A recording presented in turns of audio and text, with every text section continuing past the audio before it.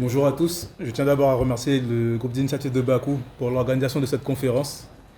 Je tiens à remercier chacun des intervenants ici présents. J'espère qu'on aura l'occasion d'échanger par la suite.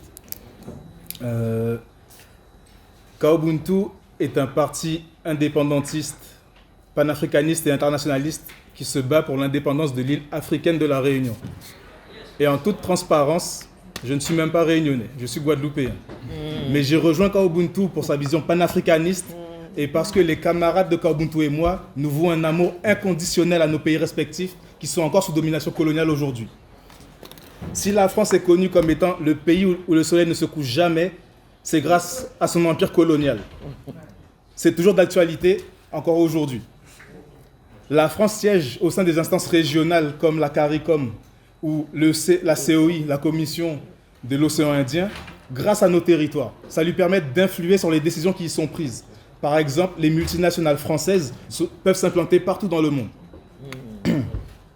Il faut noter qu'avec la doctrine Monroe, la Caraïbe est considérée comme l'arrière-garde, l'arrière-cour des États-Unis, de l'impérialiste états-unien. Et cela juxtaposé à la perte d'influence de la France en Afrique, elle est obligée de s'adapter et de tourner sa géopolitique vers l'océan Indien, vers ce qu'elle appelle l'Indo-Pacifique. Par exemple, avec les forces armées de la zone sud de l'océan Indien, dont le poste de commandement est situé à La Réunion, les Fazoïs, pour faire simple, ont sous la responsabilité un quart de la zone économique exclusive française.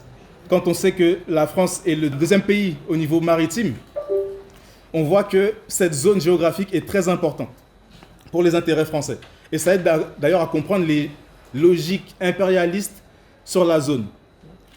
La France prive l'archipel des Comores de l'île de Mayotte.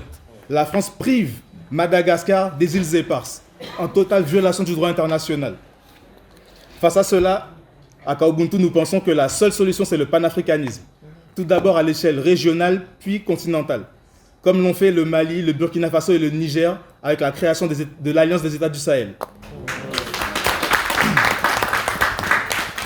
Nous, à Kaobuntu, nous avons lancé le concept d'Afrocéanie qui englobe la Réunion, Madagascar, l'île Maurice, Rodrigue, les Comores, le Mozambique, car nous partageons un espace géographique commun, une culture et une histoire commune.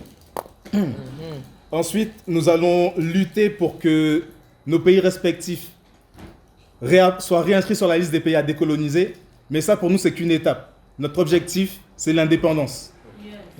Pas par simple esprit de rébellion, mais parce que nous estimons qu'il est temps que nous reprenions notre destin en main. Je vais citer Amilcar Cabral qui pour nous est une figure importante et très inspirante.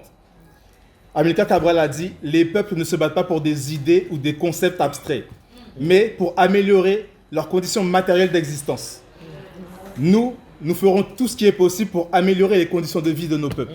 Merci à tous.